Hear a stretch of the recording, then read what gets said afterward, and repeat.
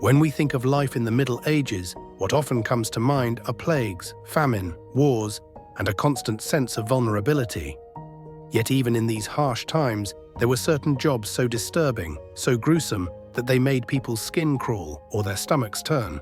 In the following, we'll explore 5 such professions. Our first profession takes us to the heart of the medieval city, a place bustling with life, where behind the market squares and cathedral shadows, foul-smelling, steamy workshops were hidden. These were the homes of the dyers. Cloth dyers were among the most important artisans in any medieval town. Without their work, there would have been no colored fabrics, no dyed wool, no banners for war or ceremony. But this craft didn't only demand years of experience, it also required a strong nose and a stronger stomach. The key to preparing fabric for dyeing was a process known as mordanting, a critical step in medieval textile production. Before cloth could absorb color, it needed to be softened, degreased, and chemically opened up. For this, an alkaline substance was essential, and the most accessible, cheapest, and surprisingly effective option: human urine, especially old fermented urine, rich in ammonia, which made it ideal for this task. It was the apprentice's job to gather this ingredient on a daily basis. They collected it from taverns, public streets, and market stalls, pouring the sharp-smelling liquid into clay vessels behind the workshop. There it would be left to stand until the urea decomposed into ammonia. Then came the hard labor. The cloth was soaked in the urine, then kneaded, stomped, and turned over and over until it became soft and thoroughly saturated. This wasn't a side task, this was the backbone of a dyer's working day, in heat and in cold, from early morning until dusk. But who were these apprentices? The medieval guild system had 3 levels: apprentice, journeyman, and master. A boy typically entered apprenticeship at the age of 10 to 12, moving into the master's home where he worked, learned, and lived, becoming a part of the household. During the first years, he was only allowed to perform the dirtiest, most menial physical labor, designed to teach him humility, discipline, and a deep familiarity with raw materials. Only much later, after years of obedience, could he progress to the more refined aspects of the craft: mixing colors, dyeing fabrics, designing patterns. The art of dyeing was therefore not a colorful life. It was one of darkness, odor, and exhaustion, where the beauty appeared only in the final product, and the labor behind it remained hidden in the shadows. And yet, every vibrant cloth carried with it the sweat, toil, and sometimes even the tears of these young boys. They knew that if they endured enough years soaked in ammonia and filth, they too could one day become masters, chasing wealth, recognition, and perhaps most importantly, making others carry the urine for them. The legal system of the Middle Ages knew no mercy. Punishments inflicted on the body, such as mutilation, flogging, breaking on the wheel, and hanging, were commonplace. And it was the executioner who carried them out. He was the one who gave physical form to the verdicts of city councils and manorial courts. But this profession left a permanent mark on anyone who held it. So how could anyone even consider becoming an executioner? As strange as it may sound, very rarely was it by choice. More often the role was inherited, passed from father to son. To understand why, we must examine the social status of the executioners. One might assume they were both feared and respected by the townspeople, but the reality was far bleaker. They lived on the margins of society. Executioners were despised and considered unclean. Superstition led many to believe that physical contact with such a person could bring misfortune or even demonic influence. As a result, executioners were forced to live outside the city walls, in specially designated quarters, often called executioners' houses or blood houses. They were forbidden from shaking hands with free citizens, banned from sitting in the front pews at church, and sometimes barred from buying freely at public markets. In certain German cities, such as Nuremberg, fines were imposed on any citizen who spoke to an executioner without proper cause.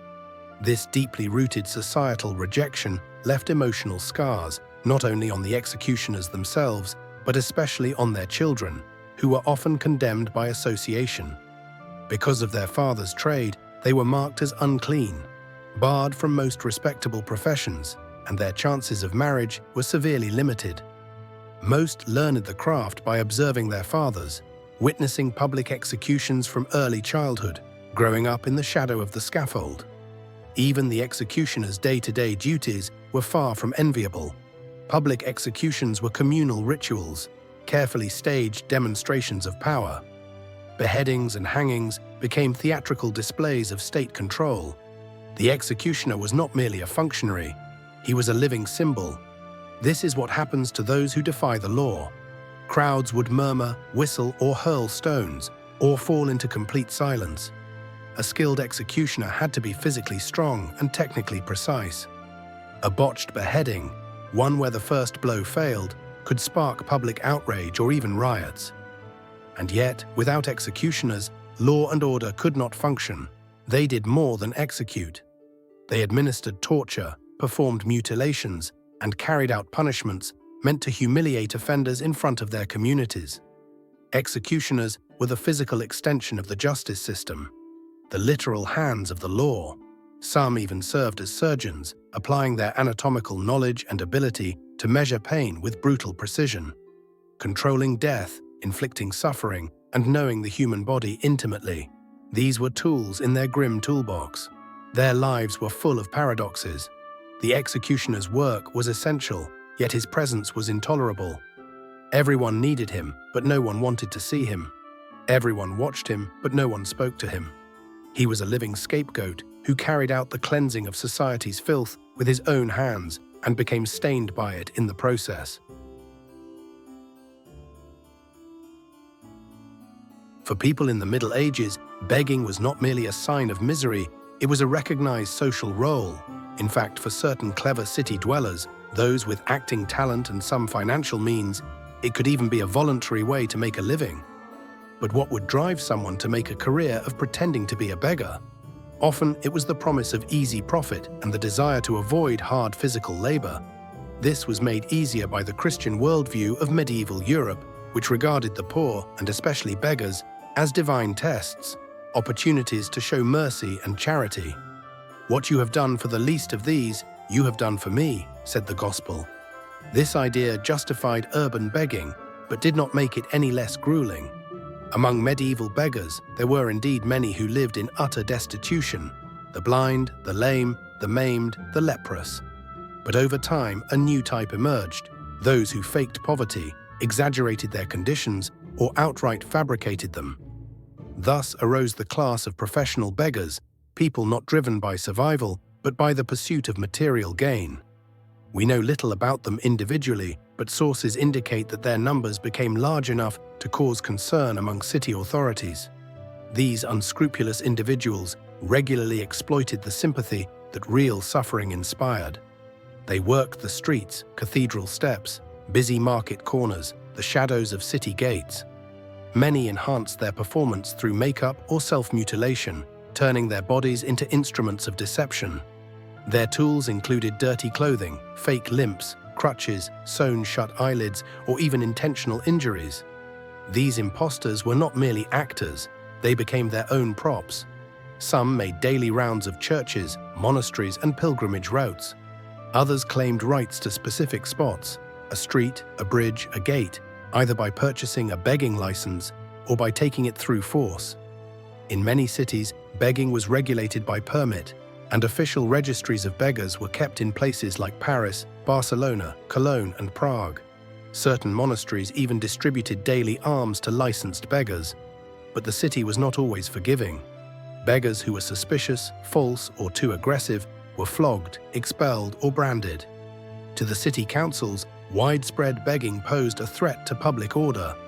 The presence of frauds, those who feigned poverty, undermined the image of all beggars and destabilized the fragile hierarchy of medieval society. Thus, livelihood begging was far from passive. A skilled beggar knew the best spots, timed his appearances to coincide with religious processions, and could make a woman cry without saying a word. On good days, he might eat better than the journeymen working in city workshops. Religious holidays were especially profitable: Easter, Christmas, Marian feasts, times when generous hearts poured out alms. And the beggar would be there, always in the same spot. A familiar face, and if one day it disappeared, people noticed. The professional beggar of the Middle Ages was one of the era's most curious figures, not quite rich, yet not truly poor. A voluntarily disfigured urban dweller, living outside the bounds of social respectability, often faring better than his respectable neighbors, yet always hiding in plain sight, wary of the authorities' watchful eye. He was a gambler by trade, a man whose entire life was a performance, and who had learned how to make the most of the role he chose to play. While the knights, noble ladies, and servants of a medieval castle were still asleep, the subject of our next chapter was already at work.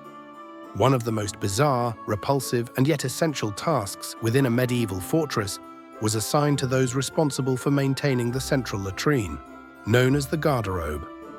These facilities were not simple toilets. They collected the waste of dozens, sometimes hundreds of people, into a shared shaft or cesspit, which from time to time had to be manually cleaned out. That job fell to the latrine cleaner, an invisible but crucial figure in the castle's operation. Everyone knew of their presence, yet no one acknowledged them.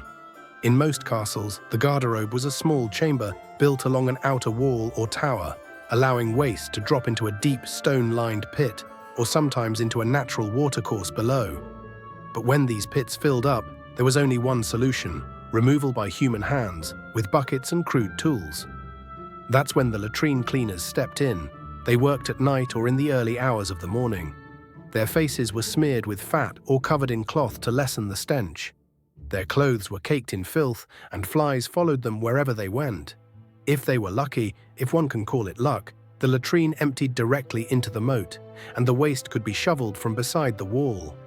But more often, castles had enclosed latrine pits. The cleaners would have to lower themselves down into the dark, slippery, foul-smelling shafts by torchlight, sometimes wading knee or even waist-deep in human waste. They worked for hours, using sticks, spades, and buckets.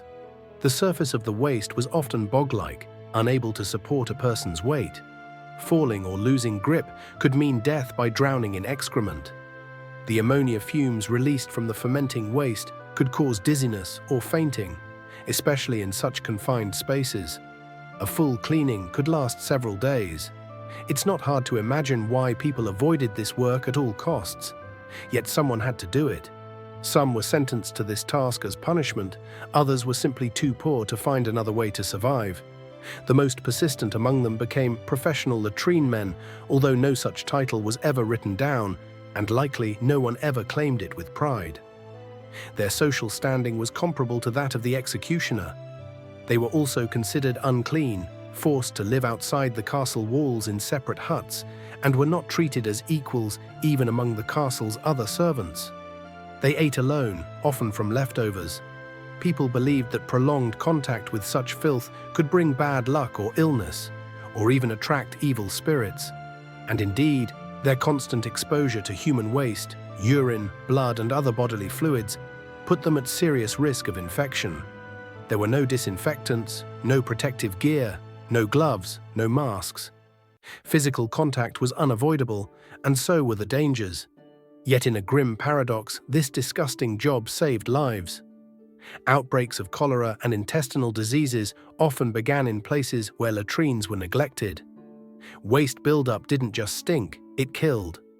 The latrine cleaner who regularly did his job kept an entire fortress safe and functional from the shadows.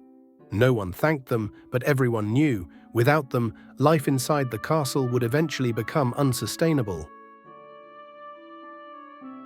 In the darkest days of the Middle Ages, when people avoided each other in fear and the streets of European cities were stalked by the Black Death, a haunting figure emerged, a man both dreaded and desperately hoped for. The plague doctor, dressed in a long waxed cloak with leather boots and gloves, and most distinctively a beaked mask that came to symbolize both salvation and doom, the plague doctor was a grim constant in a world unraveling. The plague swept through Europe in the mid-14th century, arriving via fleas that lived on rats aboard trading ships. In city after city, death came faster than graves could be dug. Cemeteries overflowed. Human contact all but ceased. It was in this chaos that the plague doctor appeared, his role practical, bizarre, and ultimately tragic. to oversee the sick, record the number of dead, assist with patient care, and if possible, attempt treatment. Many plague doctors weren't trained physicians. They were often men recruited by town councils, drawn from a wide range of backgrounds. Some were doctors, others monks, notaries, or even lawyers. The job paid well, few were willing to walk directly into the heart of the epidemic. But money mattered little if you caught the disease, and most of them did. The most iconic tool of the plague doctor was his beaked mask, stuffed with sponges soaked in vinegar, herbs, or dried flowers. According to medieval medical theory, the plague was spread by miasma, foul air, and the mask served as a kind of filter against these evil smells. It offered no real protection against the bacteria, and the doctor could barely see through the mask. But it gave the illusion of safety, and sometimes that was enough. The coat and gloves were made of heavy leather, not just for dramatic effect. They were intended to protect the wearer while inspecting corpses or treating the dying. The long cane the doctor carried served many purposes, pointing to patients, examining wounds from a distance, and sending a clear message: death walks here. The plague doctor did not touch the living or the dead with his hands. Their treatments were often acts of desperation: bloodletting, fumigation, herbal compresses, and strange brews. The plague doctor rarely healed. His role was to record, observe, and maintain some semblance of order in a collapsing world.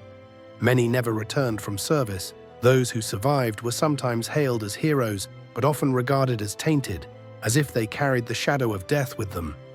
The plague doctor remains one of the most unsettling figures of medieval history. A man who dedicated his life to protecting others from death, while carrying a death sentence of his own. Looking back on these dreadful professions, we can only be grateful for the progress of human technology, and for the fact that these jobs have all faded into the shadows of history.